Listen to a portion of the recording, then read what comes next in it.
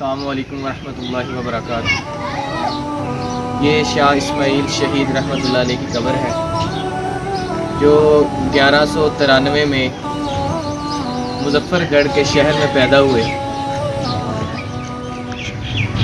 شاہ اسماعیل رحمۃ اللہ علیہ شاہ عبد الغنی کے بیٹے تھے۔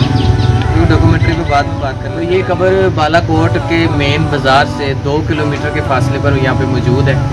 تو یہ صرف اتنی سی جگہ، کیمرہ گھمائیں گے،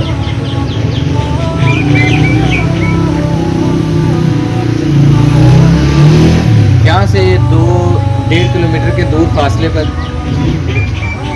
1.5-2 کلومیٹر کے دور فاصلے پر جو بالا کوٹ کا مین بازار ہے وہ ہے۔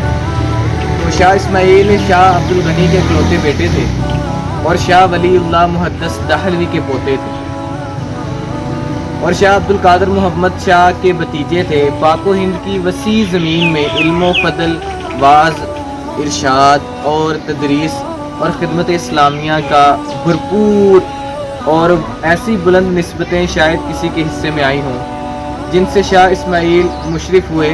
لیکن شاہ شہید کی عظمت کا اصل سرمایہ یہ ہے کہ انہوں نے اپنے عمل سے ان نسبتوں کو شان برتری کو چاند لگا دیے۔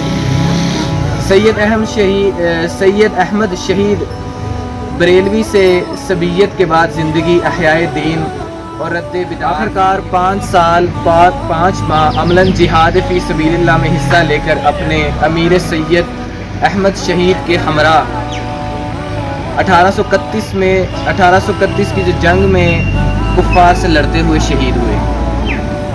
آج ہم ان کی قبر پر ان کے لیے دعائے مغفرت کے لیے حاضر ہوئے ہیں، اور ہم دعا کرتے ہیں کہ اللہ تعالیٰ ان کی شہادت کو قبول فرمائے۔